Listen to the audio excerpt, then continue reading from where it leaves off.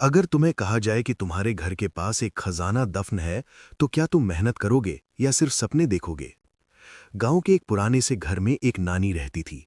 नानी समझदार थी और शांत रहती थी, और उनके साथ रहता था उनका आलसी पोता राजू। राजू के सपने बड़े थे, पर उसे मेहनत नहीं करना था। कहीं से बिना मेहनत पैसे मिल जाएं, दिन भर गलियों में घूमना, चाय पीना और सपने बुनना, बस यही उसकी जिंदगी थी। नानी रोज देखती, समझाती, पर राजू हमेशा हंसी में उड़ा देता। नानी जिंदगी एंजॉय करने के लिए होती है, काम वाम बाद में देखेंगे। पर नानी के दिल में डर था, मेरे बाद इसका क्या होगा? एक रात जब बिजली चमकी और बारिश तेज हो रही थी, नानी ने राजू को पास बुलाया। नानी ने धीमी आवाज में कहा, राजू, हमारे गांव के पास वाले जंगल में एक खजाना दफन है। राजू के कान खड़े हो गए, आंखों में चमक आ गई। नानी ने एक पुराना सा कागज दिया, उस पर एक नक्शा बना था। नानी बोली, ये उस खजाने का नक्शा है, पर याद रखना, खजाना सिर्फ उसी को मिलेगा जो मुश्किल रास्तों से नहीं डरता। अगली सुबह राजू पहली बार सुबह जल्दी उठा, जंगल में गया। कांटे, भूख, थकान, हर कदम पर राजू सोचता, छोड़ देता हूं, इतनी मेहनत किस लिए? पर फिर उसे नानी की आवाज याद आती, खजाना सिर्फ उसी को मिलेगा जो मुश्किल रास्तों से नहीं डरता। राजू आगे बढ़ता रहा।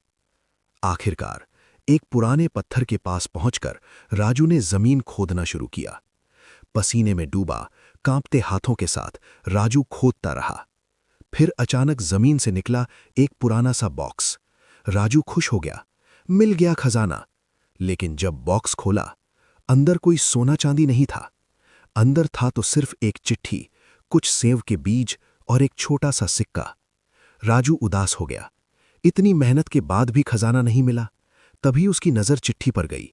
चिट्ठी नानी की थी। उसमें लिखा था, राजू, अगर तुम ये पढ़ रहे हो तो इसका मतलब तुमने मेहनत की है। ये बीज उगाने पर फल देंगे, जो तुम्हारे मेहनत का फल होगा।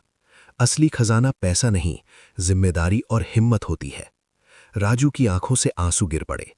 राजू वापस लौटा, बीज बोया, मेहनत की और पहली बार काम को समझा।